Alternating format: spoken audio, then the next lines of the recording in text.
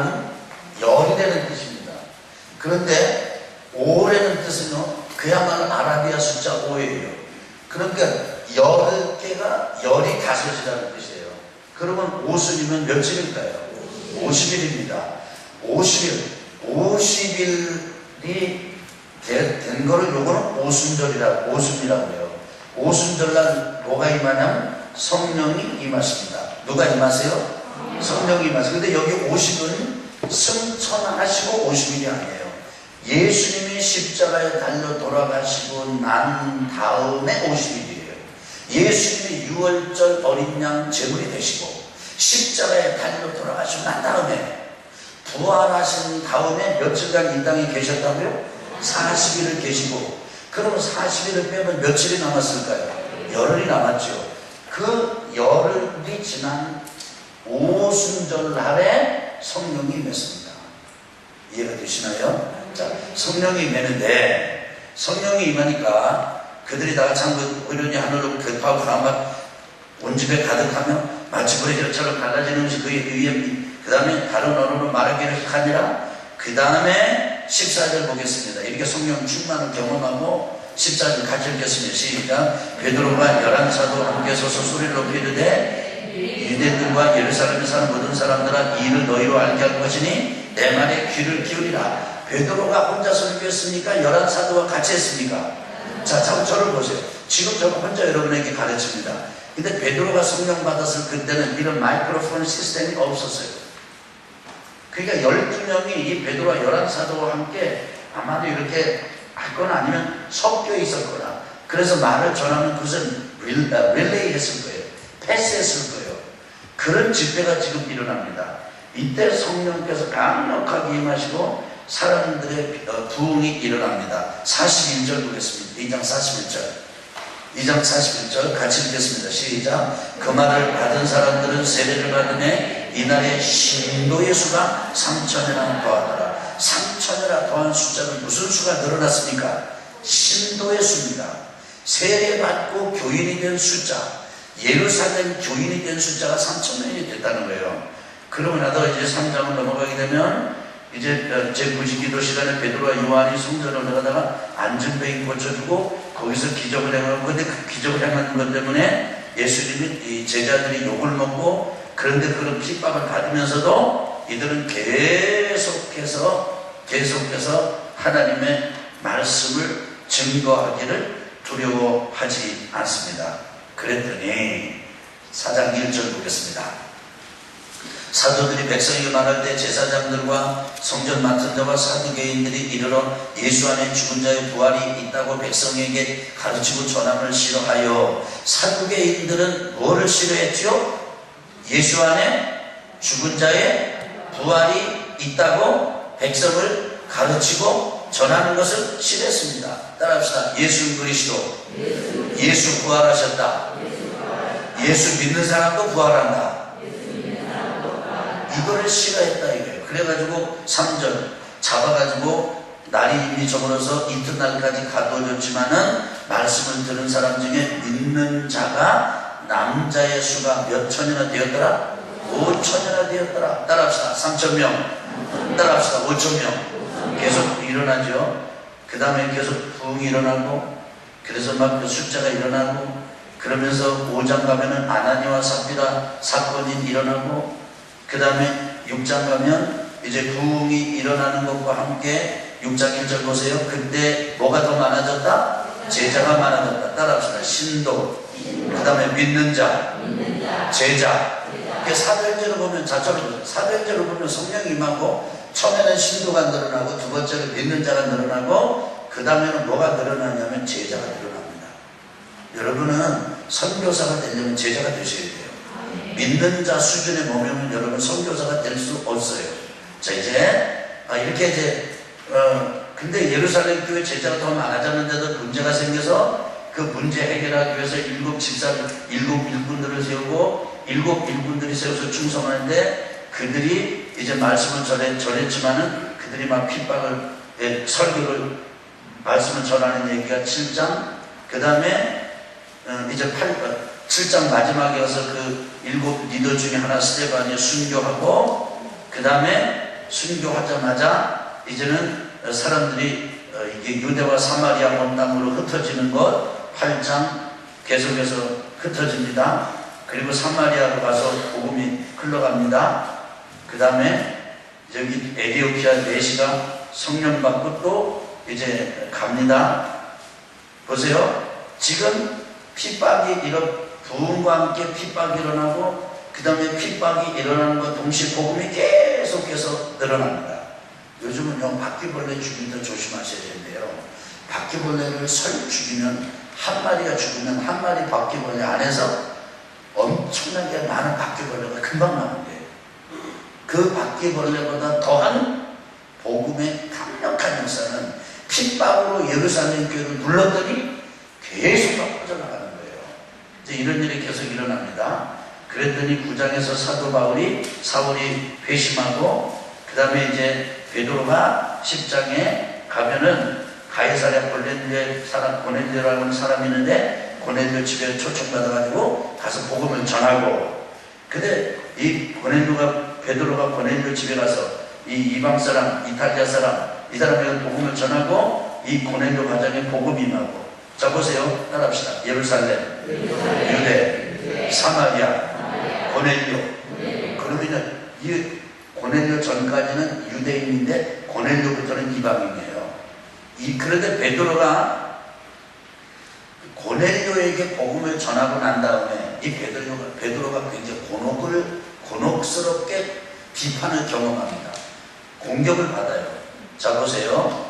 11장 1절. 자 11장 사도행전 11장 1절을 가는 거예요. 자 1절 11장 1절 자 시작. 유대에 있는 사도들과 형제들이 이방인들도 하나님의 말씀을 받았다함을 들었더니 자 유대에 있는 사도들과 형제들이다. 그러면 한마디로 무슨 교인일까요?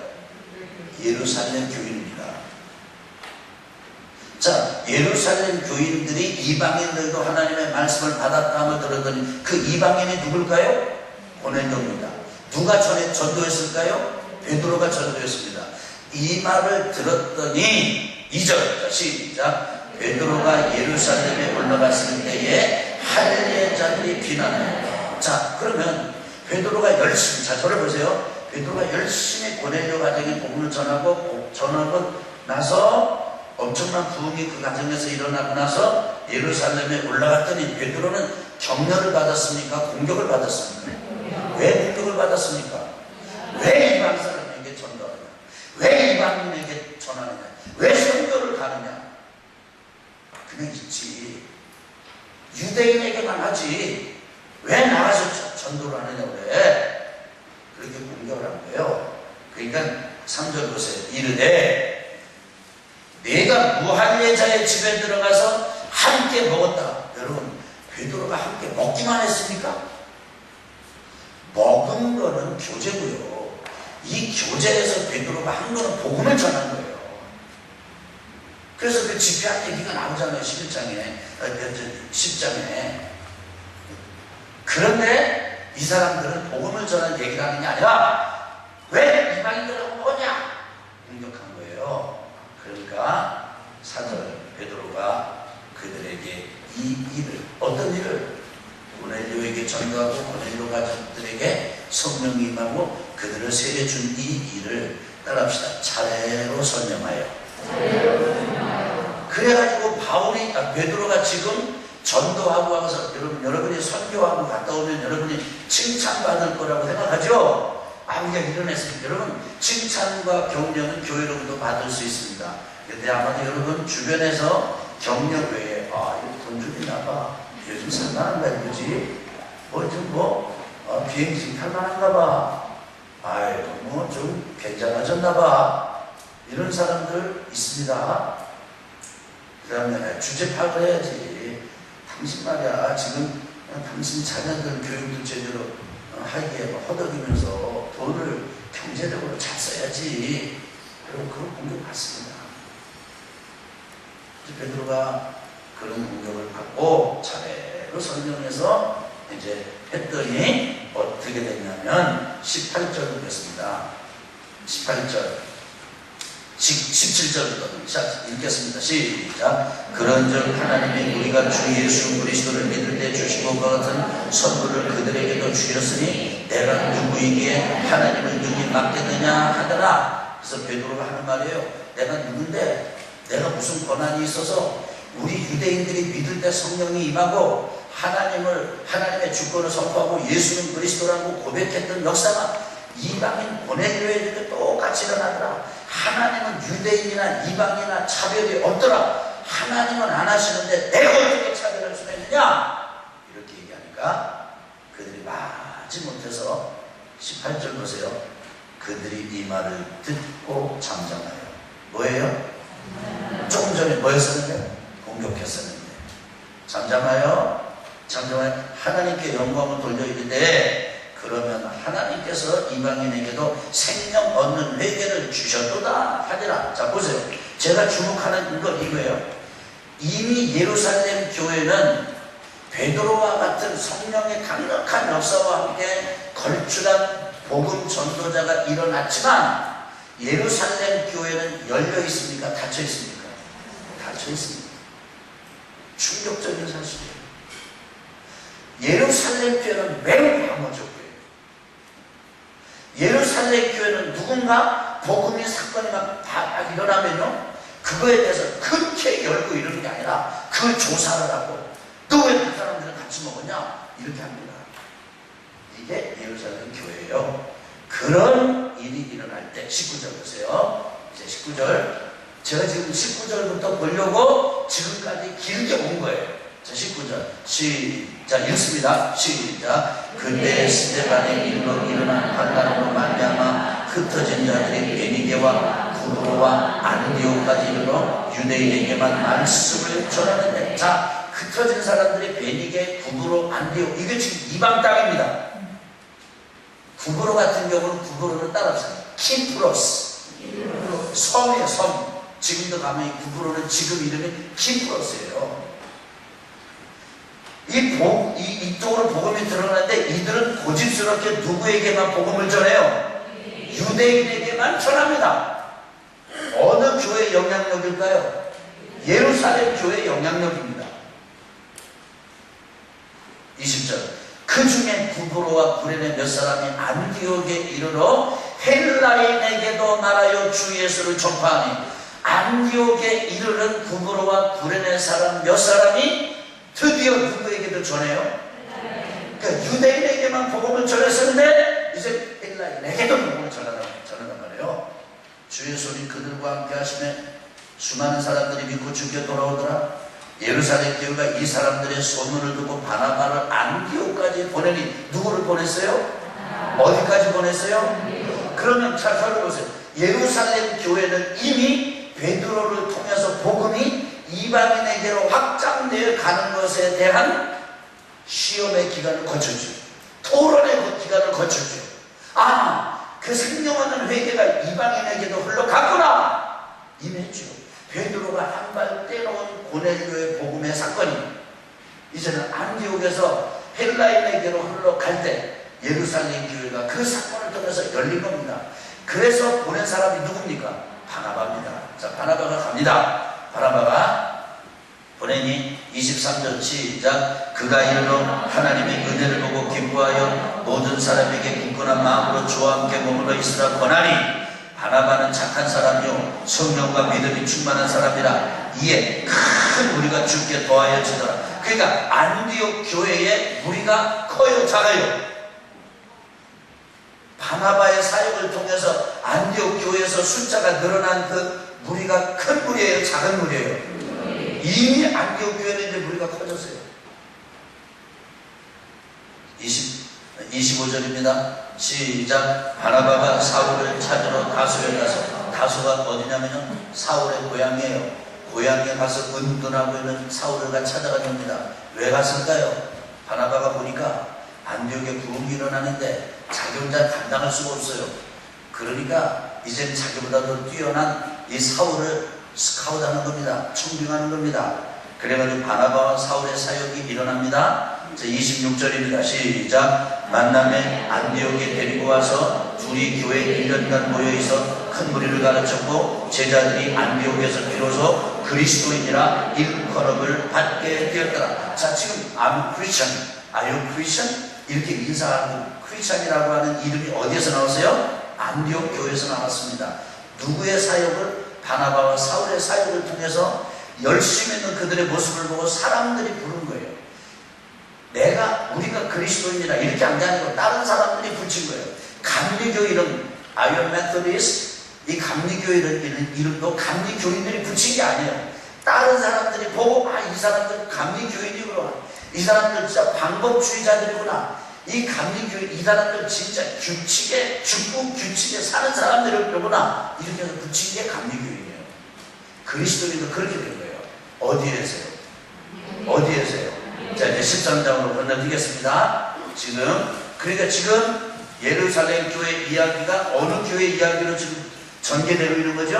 안디옥 교회 얘기를 전개되고 있습니다. 자, 13장 1절 시작. 안디옥 교회에 선지자들과 교사들이 있으니 곧 바나바와 니게를 아는 시몬과 구레네 사람 루교와 분봉왕 헤롯의 젖동생 마나엔과 및 사울이라. 주를 섬겨 금식할 때에 성령이 이르시되 내가 불러시키는 이를 위하여 바나바와 사울을 따로 세우라 하시니, 바나바와 사울이 어떤 사람입니까? 바나바는 안디옥의 어느 교회가 안디옥으로 보낸 거죠?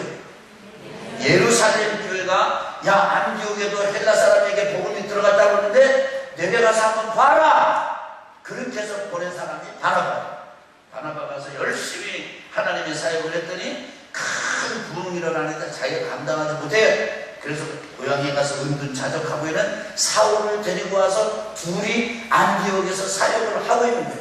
그러면 안디옥 교회에서 바나바와 사울의 영향력은 절대적입니다. 다리 하나 뽑는 게 아니고 가지 하나 자르는 게 아니에요. 그야말로 나무 그냥 전체를 지금 이 기둥과 같은, 집을 치자면 기둥과 같은 거예요. 대들보와 같은 그런 역할을 하는 사람이 바나바와 사울입니다. 바나바와 사울을 따로 세우라 하시니 뭐 할 때? 주를 섬겨 금식할 때. 금식도 그냥 한 게 아니고 뭐를 섬겨 금식할 때? 이러면서 섬겼다, 따라합니다. 주를 섬겨 금식할 때. 여기에서 섬긴다라는 말이 워십이에요. 여러분이 지금 찬양했죠? 앞에 찬양 끝나고 찬양했죠? 요걸 워십이라고 해요. 우리는 sing a song 이렇게 말하지 않습니다. 우리는 노래를 하자 한 게 아니고 이 노래를 누가 한 거예요? 하나님을 섬긴 거예요. 다시 말하면 금식하면서 예배한 거예요. 금식하면서 하나님을 섬긴 거예요. 그래서 안디옥 교회들이 주를 섬겨 금식할 때, 금식하며 예배를 하였을 때 누가 말씀하셨습니까? 성령이 말씀하셨습니다. 성령이 말씀하여 이르시되 내가 불러시키는 일을 위하여 바나바와 사울을 따로 세우라 하시니 이에 금식하며 기도하고 두 사람에게 안수하여 보내니라. 그들은 그 메시지를 듣고 또 금식했습니다. 이것이 안디옥 교회 이야기입니다. 자, 이제 여러분에게 나눠드린 교환을 보겠습니다. 교환.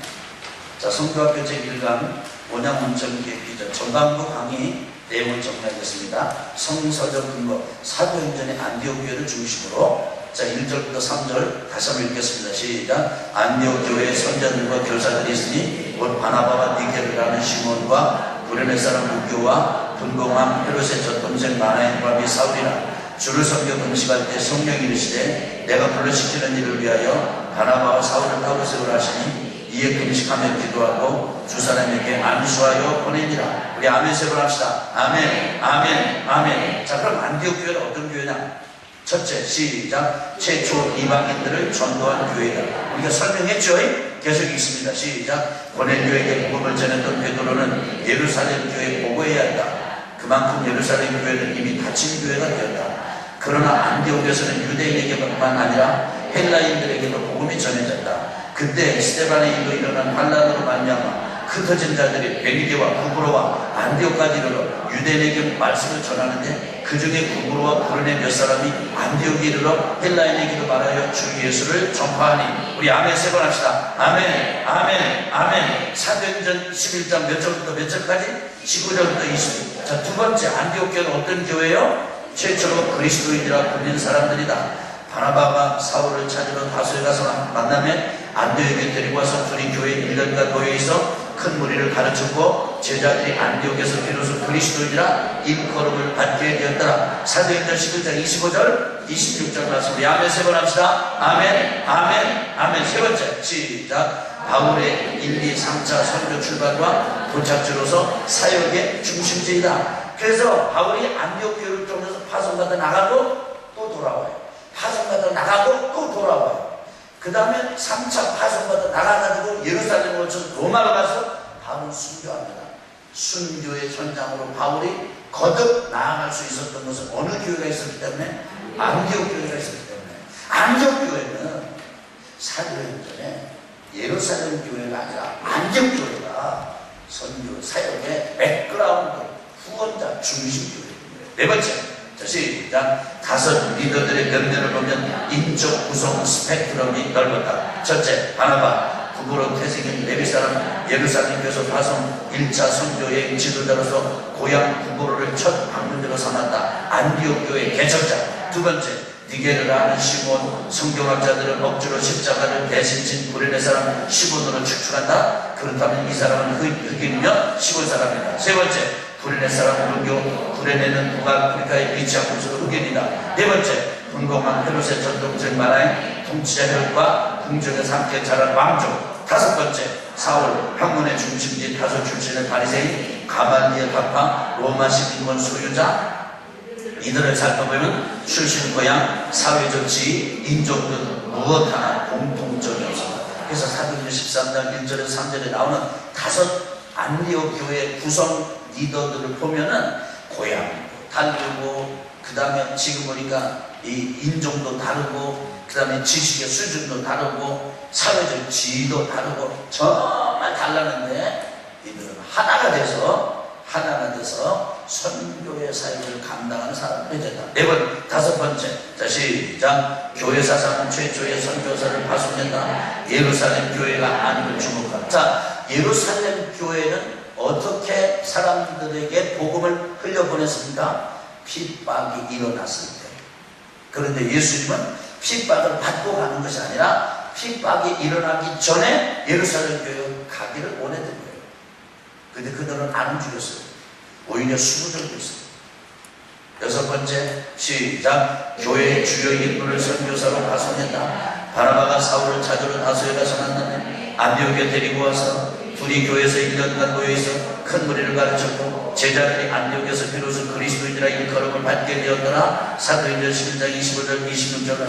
그 다음에 오늘 읽은 사도행전 13장 1절에서 3절에 보니까 바로 그 바나바와 바울을 선교사로 파송했습니다. 자, 일곱 번째입니다. 시작. 예배를 통해서 파송했다. 그들의 예배는 하나님의 인도하심이 있었다. 그러나 안디옥 교회 사람들은 결코 단순하지 않았다. 순진하지도 않았다.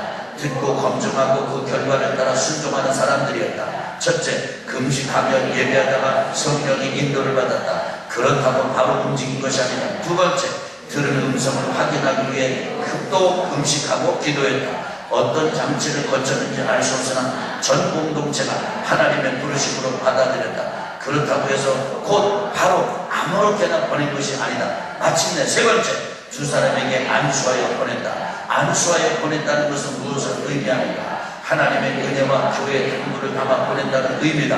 분명한 의도를 가지고 하나님의 부르심에 응답하는 것이다. 신중하고 또 신중하게 하나님의 부르심 앞에 순종한 교회. 아멘. 여러분이 지금 선교학교를 하고 참여하고 선교학교를 통해서 단기 선교 팀들이 구성되고, 그 다음에 그래서 우리 교회가 앞으로 1기, 2기, 3기, 4기 그럼 더 확장되고, 이런 선교학교를 하는 이유는 무엇입니까? 그냥 원하는 대로 가고 싶은 대로 간다는 그 여행이에요. 그건 객군들도 하는 것이고 동네에서도 하는 것이고 다 사람을 다 하는 거예요. 그런 데는 교회에서 단기 선교팀을 조직해서 가는 것은 뭐예요? 안디옥 교회가 두 사람에게 안수하여 보낸 것처럼 교회의 의미를 담고 교회가 당부하는 미션을 담고 그리고 그 사명을 감당하고 보는 거예요. 여덟 번째, 시작. 선교의 피드백을 했다. 안디옥 교회는 한 번 선교사를 보내고 끝내지 않았다. 나간 그들은 한 텀을 마치고 돌아왔고 다시 힘을 얻어나갔다. 마지막 3차 전도 여행의 종착역은 예루살렘이었고 그곳에서 체포되어 순교자당 로마로 갔다. 이 모든 배경이 안디옥 교회이다. 안디옥 교회는 선교의 선순환을 이룬 교회이다. 거기서 배 타고 안디옥에 이르니 이곳은 두 사도가 이룬 그 일을 위하여 전에 하나님의 은혜에 부탁하던 곳이다. 그들이 이르러 교회를 보아 하나님이 함께 행하신 모든 일과 이방인들에게 믿음의 문을 여신 것을 보고하고 사도행전 14장 26절에서 27절 바울은 신라를 택한 후에 형제들에게 주의 은혜에 부탁함을 받고 떠나 사도행전 15장 40절 안디옥으로 내려가서 얼마 있다가 사도행전 18장 22절에서 23절 말씀 계속 있습니다. 시작. 이와 같은 점에서 안디옥 교회는 충분히 우리가 모범으로 삼을 교회이다. 우리 교회는 아산의 안디옥 교회가 되어야 한다. 안디옥 교회는 바나바와 사울을 파송한 거로 끝난 게 아니에요. 파송 받아서 나갔는데 너무 재미난 거는 바나바가 이 팀을 꾸려서 나갔을 때 자기 고향을 먼저 가요. 고향이 구부로 키프로 섬이에요. 그리고 거기서부터 시작해서 선교사역을 감당하고 1차를 마쳤을 때 이들은 다시 이 땅으로 돌아와요. 안디옥 교회로 돌아와요. 그러니까 안디옥 교회가 무슨 소리냐 우리가 1차 했으면 끝났지 이렇게 한 게 아니에요. 그들을 화면내주고 그 다음에 그들로부터 선교 보고를 받아요. 어떻게 되냐 또 듣고 또 파송을 해. 2차 맞춤만 또 들어와. 그 다음에 또 그들을 보내 3차 나갔어요. 3차 나간 그들을 돌아오지 않았습니다. 예루살렘으로 갔고 잡혀서 로마로 들어갔습니다. 그리고 로마의 오스티안 그 가도에서 사도 바울을 목이 잡혔습니다. 안디옥 교인들은 다시 그들을 4차, 5차, 6차 볼 수 없었습니다. 그런데 그들이 마치 로켓이나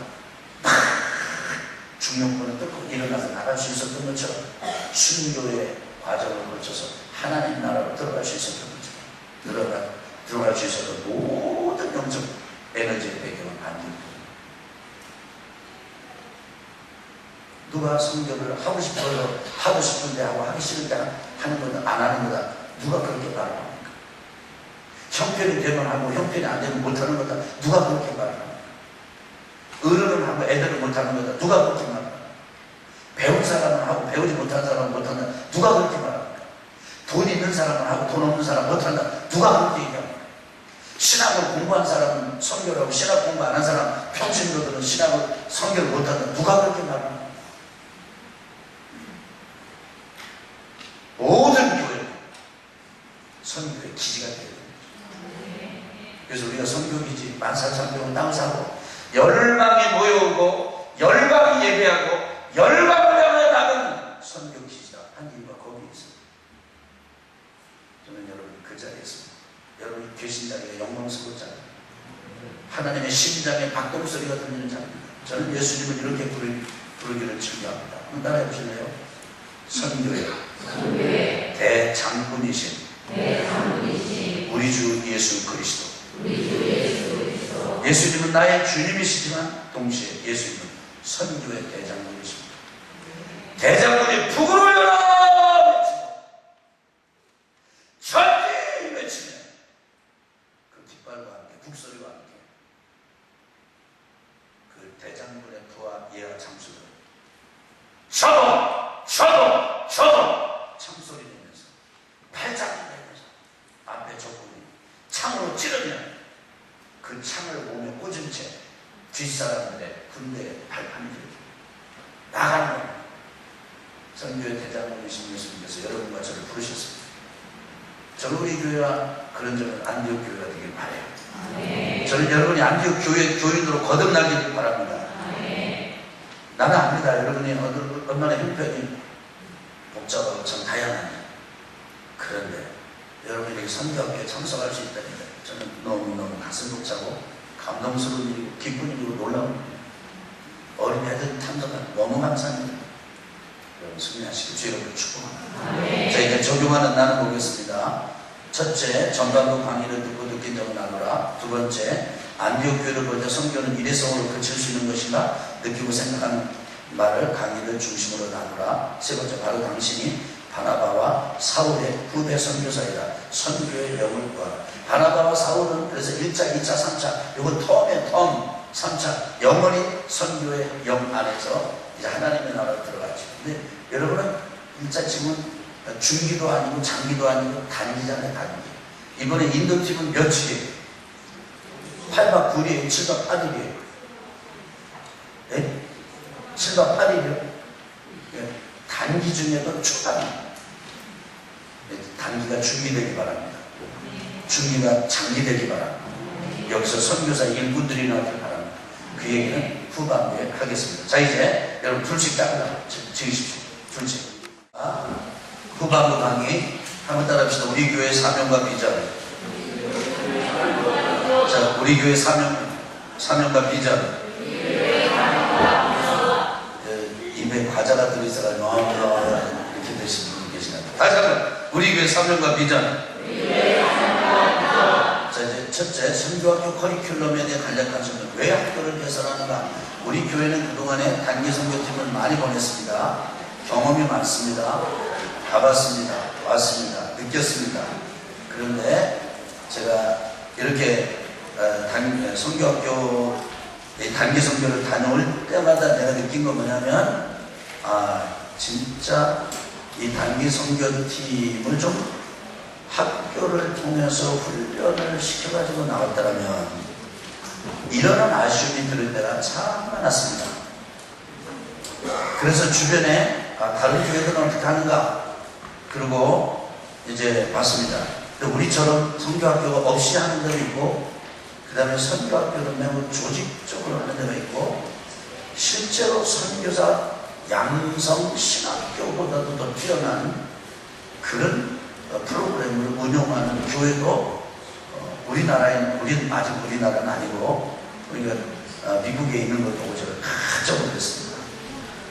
또 호주에는 보니까 어느 교회는 호텔이 교회더라고요. 호텔이. 그래서 호텔이 교회여가지고 그 호텔 안에 예배당이 있고 숙소가 있고, 그래서 가만히 듣다 보니까 그 아이디어가 너무 좋더라고요. 그러면 선교사를 훈련하는 데는 너무 기가 막히게 감사합니다. 아주 부흥이 막 일어나네요. 그래서 이제 우리 교회에서 이런 걸 했으면 좋겠다. 보니까 이게 단기 선교를 출발해도 끝도 시작도 없고 끝도 없어. 이제 훈련하는 건지 준비 모집을 하는 것도, 그 다음에 모집 기간 동안에는 감만 보다가 모집이 다 끝나고 비행기표 끊은 다음에 감은 안 돼요. 뭐 이런 사람이 또 가서 이렇게 하다 보면은 현장에 가서는 말씀 묵상하다 보면 목사는 한숨 푹 쉬는 사람도 있고, 그 다음에 가서 식사 시간 되면은 담임 목사가 밥을 먹는지 마는지 하나도 상관한 사람도 막 퍼쳐놓고, 그래서 보면 이게 한마디로 대박. 미안합니다. 이렇게 좀 사실대로 표현해가지고 이게 이런 표현은 늙은이 뼈다귀식 표현이라고, 노골적인 표현이라고. 그래서 오는 데 보면 우리 성도님 중에서는 저는 아직 그런 걸 못 봤는데요. 갈 때는 가방이 간단한데 올 때는 가방이 막 2개, 3개 되는 분도 있어요. 막 면세점에서 쇼핑을 잔뜩 배 터지게 해가지고 자기 배가 아니라 가방이 터지게. 그러면 지금 단기 선교를 가면은 여러분들은 그러리라고 보는데 막 옆에 있는 분이 막 여비도 주고, 그 다음에 또 이것도 하라고 그러고 막 돈을 찍어주고. 그러면요, 그거 가지고서 일하면 맨날 그 돈봉투만 묵상을 해. 계속 이거 내가 했는데 이거 그 사람한테 선물 어떻게 할까 뭐 할까. 그래가지고 선교 현장에 주님의 음성을 듣는 게 아니라 갈 때마다 뭐 살 거 없나, 잠깐 쉬었다가 막 가다가 막 쓰다 보다가 막, 하여간 지금 제가 드리는 빙산의 일각이고요. 진짜 웃기는 짜장면들이 너무나 많습니다. 이게 여행은 먹는 데 있다 그래가지고 자꾸 먹어가지고 이게 아주 고통스러운 사람이고.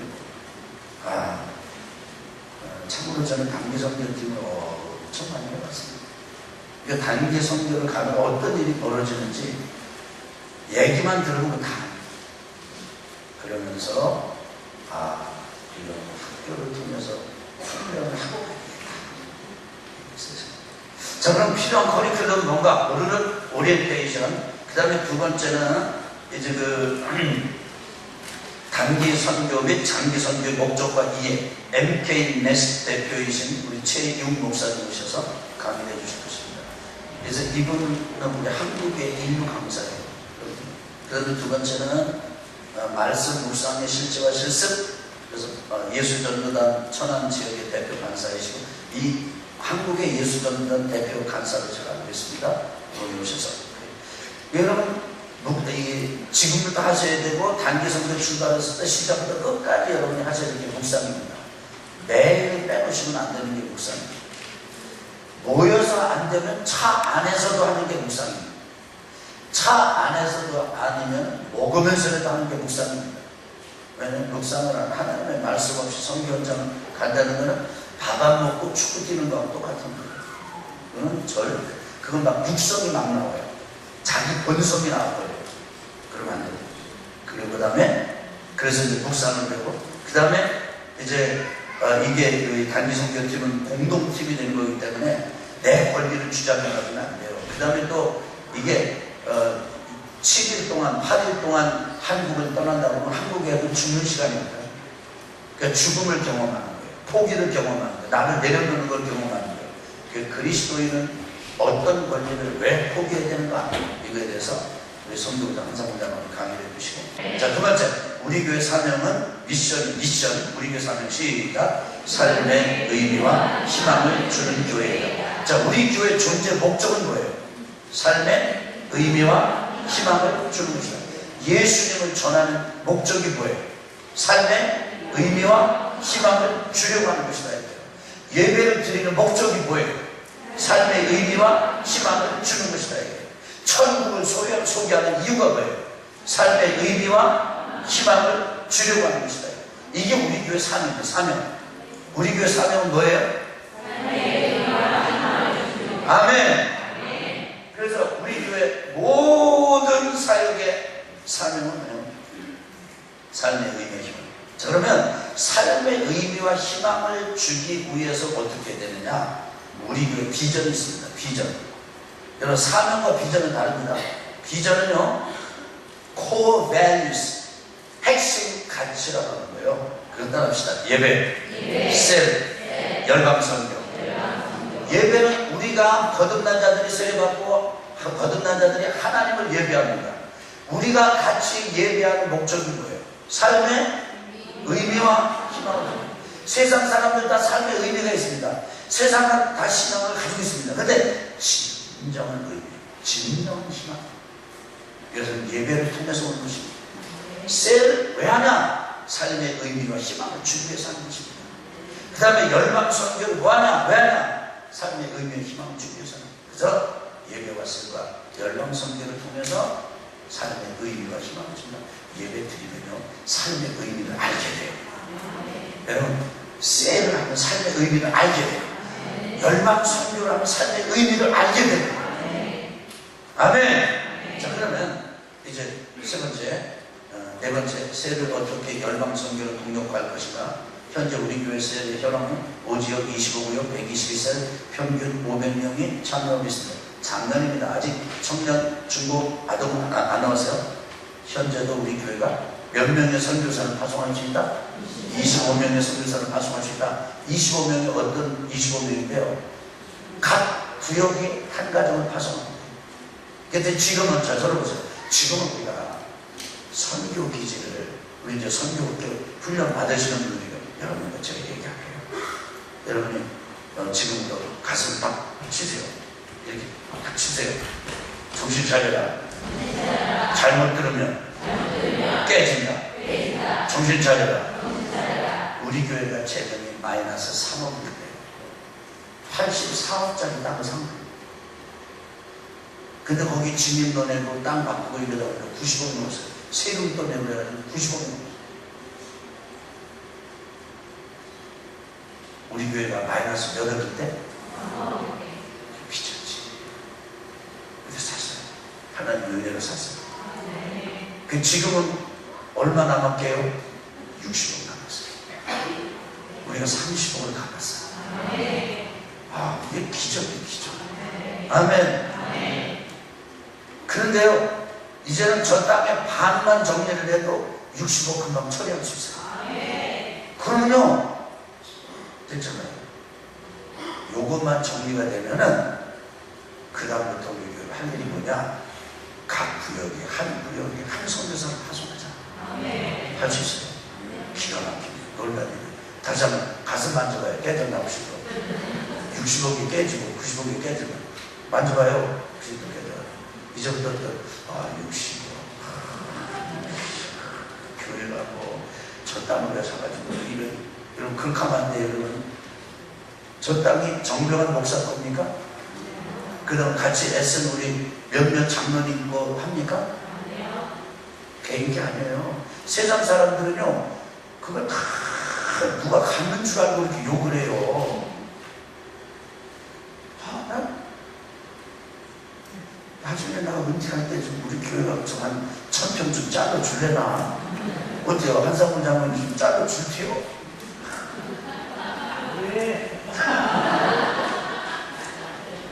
그 잘라 줘서도 안 되지만, 줄 수도 없고 줘서도 안 되지만, 여러분, 이건 하나님의 일이라니까요.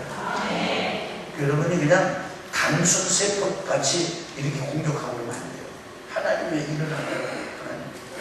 세상 나라 인재를 길러내기 위해서 학교 땅이 좋은 데 있습니다.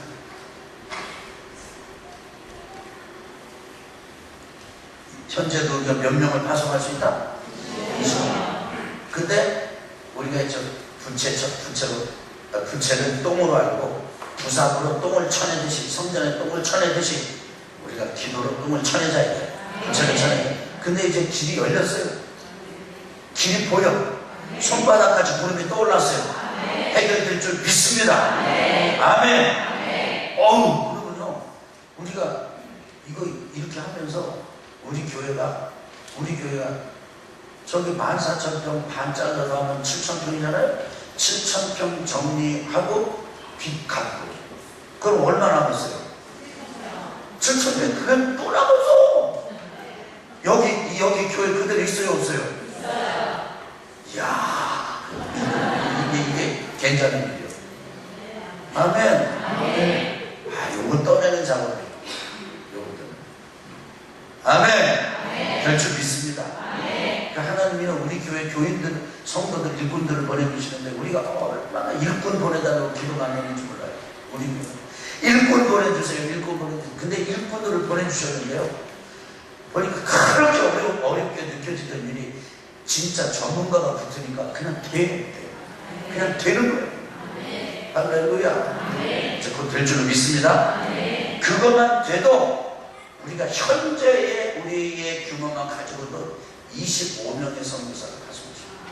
자, 그러면 25명의 선교사는 어디서 데려오게? 여러분이 나와야 돼요. 자, 여러분 옆에 당신이 바로 선교사입니다.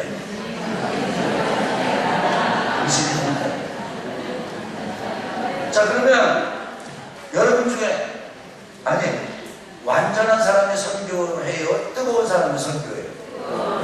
그래요. 뜨거운 사람이 가서 선교하다 보니까 막 깨져나. 현장에 가서 막 부딪히고 깨지고 막 그냥 상처받고 그래. 그럼 돌아오면 거예요. 어디로? 우리 교회 다시 돌아오는데 어느 교회처럼? 안디옥 교회처럼. 누가 했던 것처럼? 바울과 바나바가 했던 것처럼. 여러분, 나는 너무 감사해. 바울이 싸웠어. 바나바하고 사울이 2차 전도에 이렇게 2차, 3차 갈 때 우리가 싸워가지고 자기들끼리 나눠줬어. 나 그들이 싸워줘가지고 얼마나 감사한지 몰라. 우리가 지금 갈등이 일어나도 그거 그럴 수 있는 거구나. 우리는 흔히 뭐라 그래요? 교회 다니는 사람들이 왜 싸우냐 그러잖아요. 그럼 교회 안 다니는 사람들은 안 싸워요? 우리 싸우는 건 왜 한 가지요? 우리도 방구 나오고 거기도 방구 나와. 똑같아. 그런데 문제는 뭐예요? 우리는 어디가 있다? 교회가 있다. 상처받아도 돌아와서 회복될 교회가 있다. 그래서 와서 바보처럼 당하고 하냐 그러지 않는 거예요. 오면 싸내주고 같이 먹고 같이 지키면서. 같이 차도 마시고. 나 기가 막힌 건 용빠가 있는데 난 용빠가 보여준다. 너무 웃었어. 용화는 파리방에 했더니 어제 또 셀머인 갔는데 용투로 가자고 그러는데 나 용투가 어딘가 했더니 용화는 투썸 플레이스. 그러니까 용빠 용투 거기서 이제 만나가지고 참 어제 성경님 아침에 일찍 향긋한 커피 마시면서 뭘 그러면서 해보고 예배하면서 울고 하나님 나라 영광을 다시 회복하고 내가 이대로 교회가 있고 여기 다시 물어도 내가 2차 가야 되겠다. 2차 나가. 또 지치면 또 돌아오는 거예요. 어디로 돌아와? 어느 교회처럼? 누가 했던처럼? 사모의 것처럼 떨어져 돌아가. 그래서 구역장 하는 사람들이 선교 가는 거예요. 갔다 와가지고 충만해져가지고 또 나갔다가 또 좀 해가지고 와서 또 한 2, 3년 또 여기 구역장 열심히 하는 거예요. 열심히. 그건 또 나가고. 멋지죠? 아멘. 그래서 장기가 어려우면 준비하고, 준비가 어려우면 여러분처럼 단기하고. 그래서 장기 한꺼번에 오래 하는구나. 단기로 짧게 여러 번 하는구나. 다 비슷하잖아요. 합시다. 할렐루야. 두 번째, 우리 교회 셀비전은 50지역 259역 1250셀 5,000명 작년에 참여했습니다. 지금 25구역인데 259역은 10배가 성장하네요. 10배. 아멘. 여러분 우리 교회가 지난 7년 동안 지난 7, 8년 동안 3배가 성장했습니다. 그런데요 학자들의 얘기예요. 교회가 1,000명이 늘어나면 1,000명까지만 되면 그 다음부터 늘어나는 건 어렵지가 않대요. 나는 너무 좋아 그게. 그래서 그렇게 들춥니다. 근데 여러분 우리가 숫자 늘어나는 게 목적이에요? 그게 목적이 아니라 우리가 뭐 하기 위해서? 선교하는 거예요. 왜? 그 사람들에게도 삶의 의미와 희망이 필요하기 때문에. 우리 믿으시면 아멘 합시다. 그날을 상상해보라. 엄청난 일들이 일어나지 않겠는가. 그날을 상상해보라. 엄청난 일들이 일어나지 않겠는가. 배운 사람이 아니라 못 배운 사람도 선교사로 일어나. 잘생긴 사람이 아니라 못생긴 사람도 선교사로 일어나. 말 잘하는 사람이 아니라 못하는 사람도 선교사로 일어나. 남자만이 아니라 여자도 일어나고 부자만이 아니라 가난한 사람도 일어나. 비행기상이 없는 사람도 선교사로 일어나. 교회가 구원하고 구역이 구원하고 그리고 그들이 돌아오고 언제든지 돌아올 수 있는 어머니의 품과 같은 교회가 있다. 할렐루야. 우리 하나님 앞에 영광 돌리는 박수 한번 합시다. 그러니까 어떻게 우리가 세는 선교 동력을 할 거냐. 이거 중요합니다. 그다음에 그럼 선교사는 어디서 만들어질까? 어디서 만들어져? 선교사는 교회에서 만들어지고 어디서 빚어지는가? 세에서. 여러분 나가서 선교하면요 처음에는요 선교 외국인들 만나면 다 좋아요. 왜냐면 말안 통하지. 서로 싸운 적도 없지. 걸린 적도 없지. 그 다음에 우리는 주로 가요? 받으러 가요? 선교는 주로 가잖아요. 못 줘서 하면 어떤 사람은 자기가 입었던 것도 주고 와. 엄마의 마음이요. 입었던 것도 자식에게 주고 싶은 마음이 막 생겨요. 신기하죠. 그런데 가서 살면 그들하고 갈등나요. 그런데 마음에 맞는 사람만 만나는 게 아니라 생각이 다른 사람, 지식이 다른 사람, 삶의 스타일이 다른 사람 만나잖아요. 그런 사람들하고 어떻게 선교해요? 어떻게 그런 훈련을 받아요? 셀에서 하는 거예요. 셀에서 보니까 왼수가 셀에 있고 그냥 뭐 받은 것도 없고 준 것도 없는데 미운 사람이 있고 셀에 있고 참 마음에 또 잘 맞는 사람이 있고 그래서 마음이 맞는 사람하고는 어떻게 섬기는가 마음에 안 맞는 사람하고는 어떻게 같이 일하는가 훈련하는 게 셀이에요. 따라합시다. 선교사는 교회에서 만들어지고 셀에서 빚어진다. 그래서 여러분 중에 지금 셀을 안 한다면 셀을 전부 하셔야 돼요. 그 다음에 6번째 시작. 선교사는 어디서 훈련을 받는다? 교회에서 받는다. 셀에서 실습한다. 그동안 어떻게 생각했냐면 교회에서 은혜 받으면은 선교 훈련 기관에 가가지고 기관을 거기서 훈련을 받고 거기서 갔어요. 그건 위탁한 거예요. 위탁. 근데 우리 교회가 해야 돼요. 아멘. 그래서 저는 이 선교학교가 이렇게 시작되지만 앞으로는 전문적인 선교사 양성기관이 되면 얼마나 좋겠습니까? 우리 선교부장님 해보실 수 있겠죠? 얼마나 멋집니까? 여러분 지금 여기 우리 교회 국제기도 컨퍼런스 베트남 사람들 미국에서 독일에서 베트남에서 온다고 그러잖아요. 훈련에 좋은 기회죠. 얼마나 좋습니까? 아멘. 자, 어디서 실수한다? 셀에서 실수한다. 그래서 제가 우리 장로님들에게 늘 즐겨하는 말이에요. 장로님들 열심히 셀하고 선교지에 가서도 그 셀을 하세요. 그럼 그게 선교입니다. 적용하는 나는 이제 하겠습니다. 1분 남았는데 제가 그냥 5분만 여러분에게 드리겠습니다. 1번 시작. 우리 교회 핵심 가치는 무엇인가? 각기 이야기로 설명하라. 두 번째, 당신은 선교사가 되기 위하여 우리 교회에서 무엇을 해야 하는가? 답이 뭐예요? 셀을 해야 한다. 근데 셀의 부흥을 위하여 합심으로 간다라. 자, 둘씩 조금 전에 전반부 강의 때 나누지 않았던 사람하고 둘씩 짝지으세요. 다른 사람. 그래서 자리를 좀 옮겨가지고 다른 사람. 자, 이제 시간을 5분 드리겠습니다. 5분 안에 기도까지 하세요.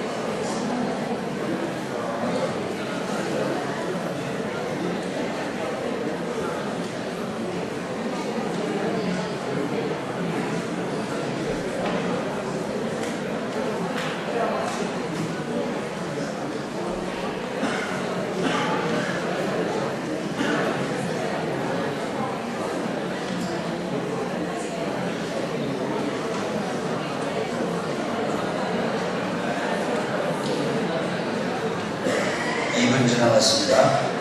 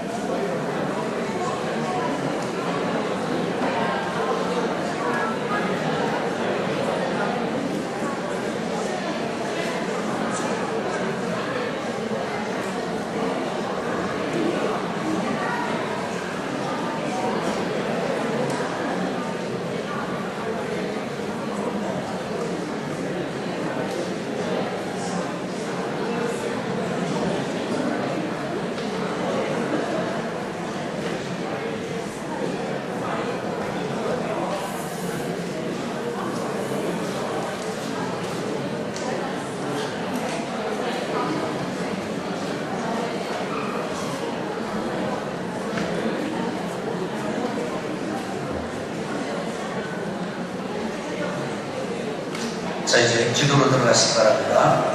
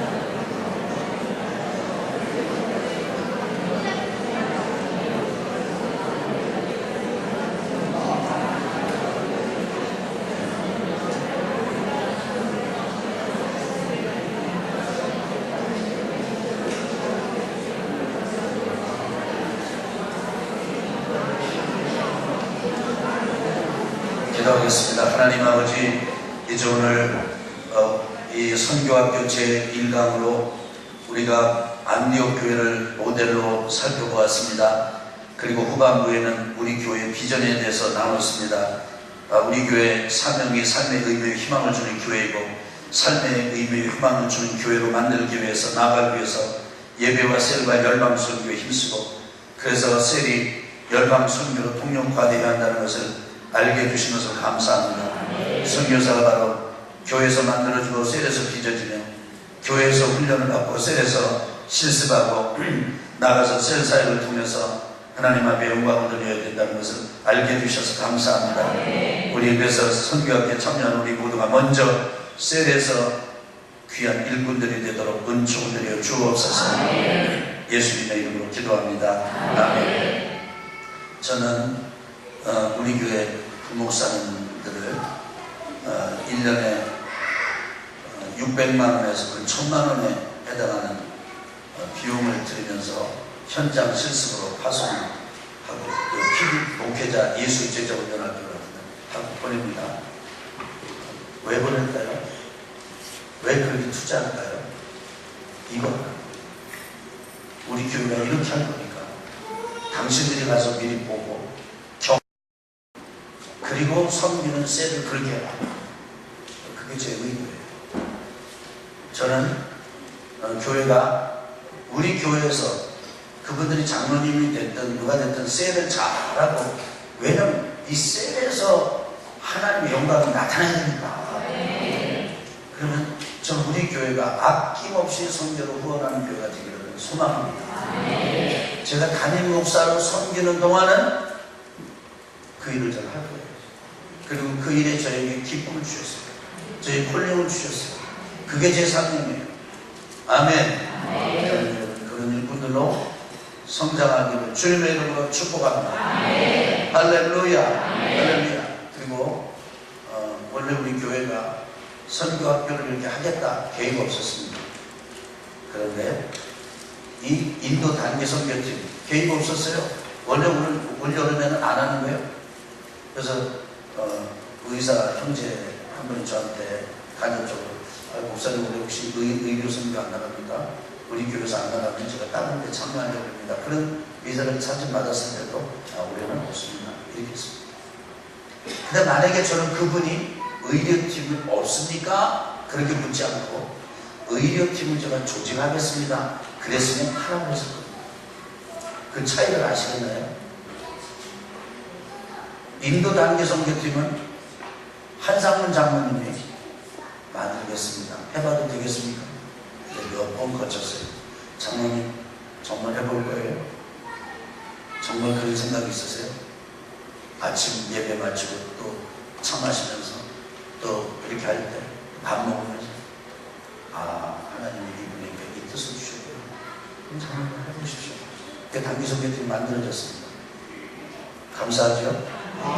계획에 의해서요, 하나님의 인도를 통해서요. 저는 그렇게 믿습니다. 그리고 교회는 그렇게 가는 것입니다. 그렇다고 해서 교회가 무질서하면 될까요? 아니죠. 질서와 역동과 아주 이 역동성, 요거는 긴장 속에서도 같이 가는 겁니다. 아멘. 승리하시기 주의 이름으로 축원합니다. 이제 제 강의는 이것으로 마치겠습니다.